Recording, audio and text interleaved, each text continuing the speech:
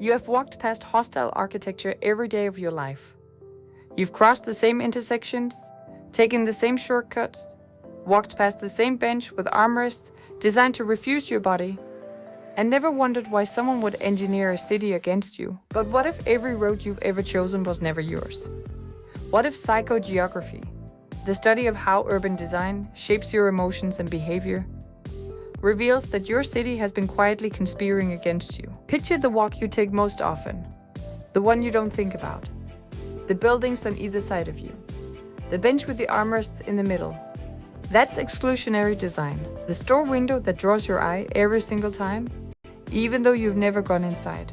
The spikes on the windowsill outside the bank that you've learned not to see. Every single thing on that walk was placed there by someone. Not just placed, chosen, engineered. Each of those decisions was made by a human being whose goal was not your goal. The merchant who paid for the window display doesn't care if you're running late. The architect who designed that bench didn't design it for you to sit on. They designed it so someone else couldn't sleep on it. The app that told you to turn left at the bodega was optimizing for a metric you've never been shown. You did not build any of this. You did not vote on most of it. You did not consent to any of it. None of it happened by accident. None of it happened in secret either. It happened the way most powerful things happen. Slowly, in public, while you were looking somewhere else. There's a name for what you're about to learn. By the end of this video, you won't walk through your city the same way again. You are not the first person to notice this. In 1953, in Paris, a small group of avant-garde writers and former surrealists started walking through the city with an idea that sounds absurd if you say it too quickly. The streets themselves had moods. Certain corners pulled you in, certain blocks pushed you out. The city was a kind of slow, silent weather system. They called themselves the Leaderless International. 2 years later, in 1955, one of them, a young Marxist named Guy Debord, gave the practice a name. He called it psychogeography. The definition was the study of how the geographical environment, deliberately designed or not, shapes the emotions and behavior of individuals. Cities are not just where you feel things. Cities make you feel things, and someone, somewhere, is choosing what those things are. 2 years earlier, another letterist, Ivan Chicheklov, had written that cities have a psychogeographical relief, a hidden topography of currents and vortexes that strongly discourages you from entering or leaving certain zones. He called this framework unitary urbanism, the idea that the entire urban environment operates as a single, interconnected system of control. He's not talking about no-go neighborhoods. He's talking about something you've already felt. The way some streets feel impossible to walk down even though nothing's stopping you. The way you've taken the long way home for no reason you could articulate. That feeling is not yours. It was already there when you arrived. Debord's group, the Situationist International, will come back at the end of this video. For now, the only thing you need to know is this. Psychogeography admitted, almost 70 years ago, that the city is doing something to you, and what it's doing has an author.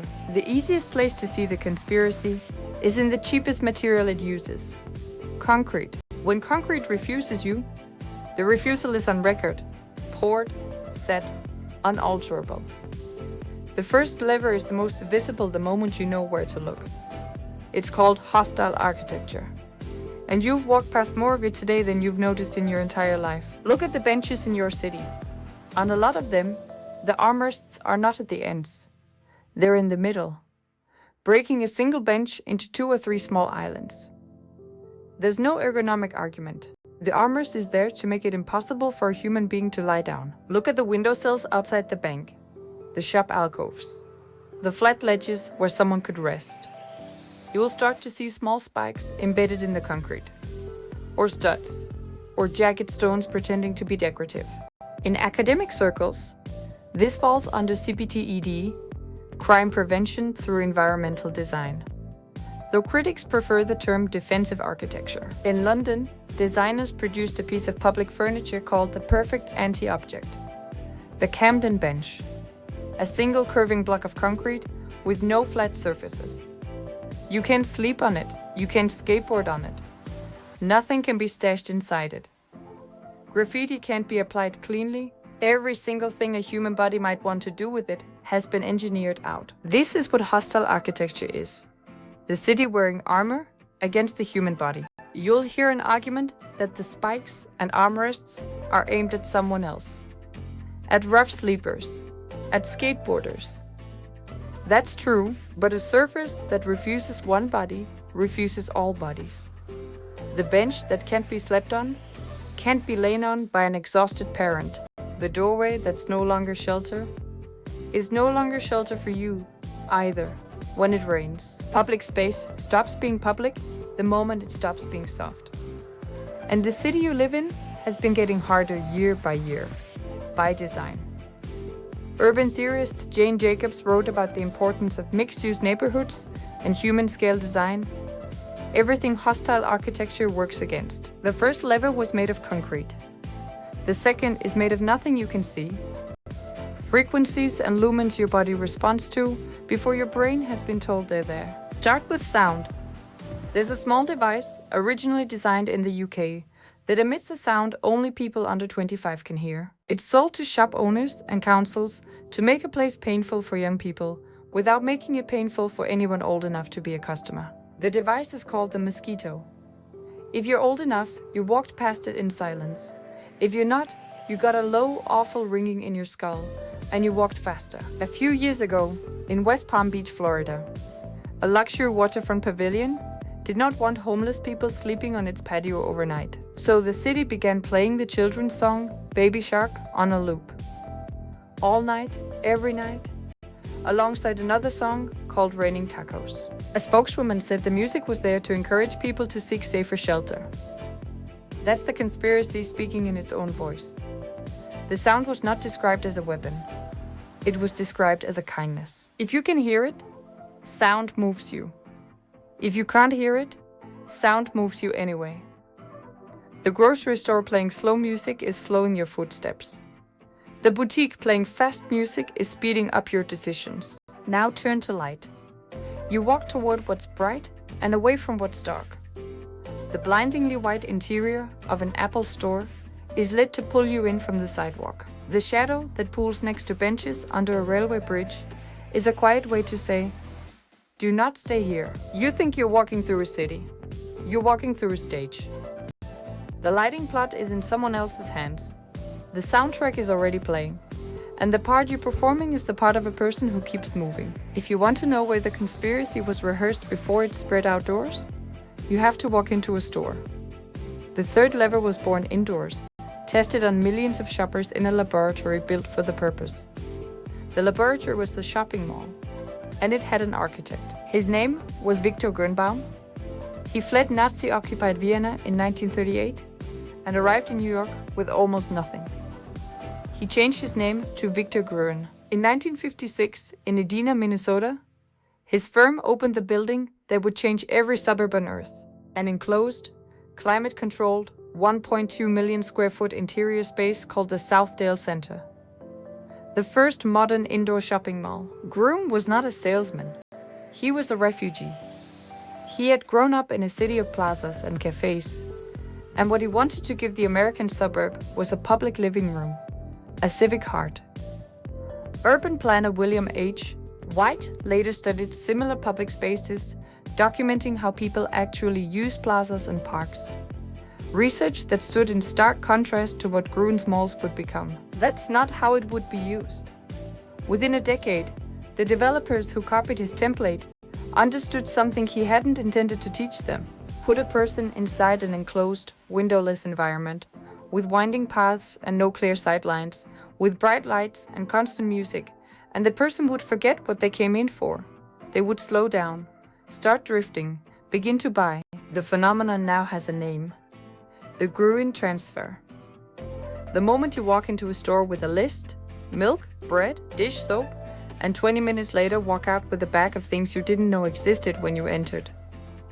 That's not your weakness. That's the architecture, working exactly as designed. Gruen lived to see what he'd unleashed. In a speech in London in 1978, he stood in front of an audience of planners and said he refused to pay alimony for those bastard developments. He died 2 years later, having watched his civic vision turned into the most powerful machine for parting people from their money the 20th century would produce. The first 3 levers are old. They sit in the physical world, waiting for you to walk into them. The 4th lever moves with you. 2 technologies have collapsed the older conspiracy into something quieter and far more intimate. The eye and the algorithm. They shape your behavior in real time without your awareness. Start with the eye. In London right now, there are roughly 1 million CCTV cameras as part of the city's smart city surveillance network. The average person walking through that city is recorded around 70 times a day. Most aren't watched. Most are passive. But it doesn't require an active watcher to change a watched person. Your body knows when it's being recorded. Your body adjusts. You walk differently down a street with visible cameras than down a street without them. This is what surveillance does. It doesn't need to catch you. It needs to make you certain that it could at the wider system growing around it. License plate readers, lampposts with cameras, microphones, Wi-Fi tracking. The smart city is the marketing word. What it actually describes is a city that has learned to keep records on you that the city you grew up in never could. And then, the algorithm. In 2013, Google bought Waze for $1.3 billion. Around the same time, Google Maps, Apple Maps and Waze all began offering real-time rerouting. The instruction in your ear is no longer based on the road network. It's based on every other car using the network at that exact moment. In the mid-2010s, residents of quiet streets in Sherman Oaks and North Hollywood discovered their roads suddenly full of strangers' cars at rush hour. The apps had decided the freeway was too slow and were now routing thousands of drivers through neighborhoods built for none. UC Berkeley researchers later wrote that navigation apps had led to new congestion patterns that never existed before. You used to know your city by walking it and learning its currents. Now the city is something a screen tells you about. The route in your head was assembled by a server you've never seen, by people whose job was not to make your walk pleasant, but to keep you using the app. You thought you knew the way home. The app knew it first. The app told you. You confirmed you've walked, in the last 20 minutes, past 4 levers of a conspiracy. Concrete that refused you. Sound and light that moved you. Retail interiors that disoriented you. An eye and an algorithm that walked alongside you. Step back and ask the question this video has been quietly asking from the first minute. Who's doing this? The honest answer is no one. And that's the most disturbing answer there is. There is no committee, no master plan, no single villain. The shopkeeper who installed the spikes didn't consult the council. The council that bought the Mosquito didn't coordinate with the developers who built the mall. The engineer who pointed the streetlight has never met the person who tunes the algorithm. But each of them, separately, wanted the same thing from you. The merchant wanted you to buy. The planner wanted you to keep moving. The police wanted you to be visible. The platform wanted you to keep using the app. Each is a rational decision of a single rational actor. Pile them on top of each other, century after century. And the city you live in is not a place built for your life. It's a place built for your compliance. Hundreds of small parallel optimizations, none of which know each other, exist. Debord had a word for the world this produces. He called it the spectacle, detailed in his book The Society of the Spectacle. The spectacle is not what happens on a screen. It's what happens on a street that's been turned into a screen. But here's the part of Debord most people forget. He didn't stop at diagnosis. He gave you a tool. It's called the Dérive. In French, the drift. The Situationist paired it with détournement, the practice of hijacking the city's own tools against itself. The instructions are absurdly simple. Go outside, forget your destination. Forget the app on your phone, forget the route you always take. Walk by one rule, follow whatever the city pulls you toward, and avoid whatever it pushes you away from. Let the conspiracy show you what it wants you to do. And then, This is the whole point. Do something else. A dérive is not a stroll. A stroll obeys the city. A dérive interrogates it. The obvious path is almost always the engineered one. This practice connects back to the 19th century flaneur, the urban wanderer who observed city life. But with a critical difference. The dérive is political. It's environmental psychology in action. You won't escape the conspiracy. It's too big. But that was never the point. The point was to walk through your city, knowing that someone, somewhere, has been quietly shaping your life. And to walk anyway. To walk differently. To walk on purpose. You have walked in your city your entire life. From now on, you walk knowing